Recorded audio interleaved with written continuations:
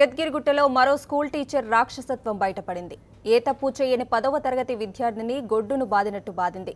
Teacher కర్కశ దాడిలో ఆ విద్యార్థి ఆసుపత్రిలో చావు బతుకుల మధ్య పోరాడుతున్నాడు.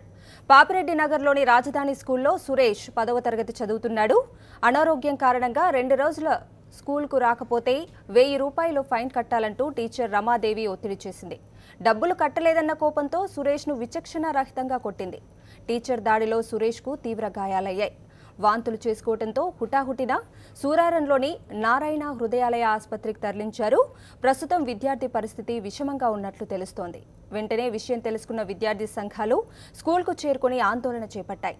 సురేష్పై దాడి చేసిన టీచర్పై చర్యలు తీసుకోవాలని డిమాండ్ చేశారు.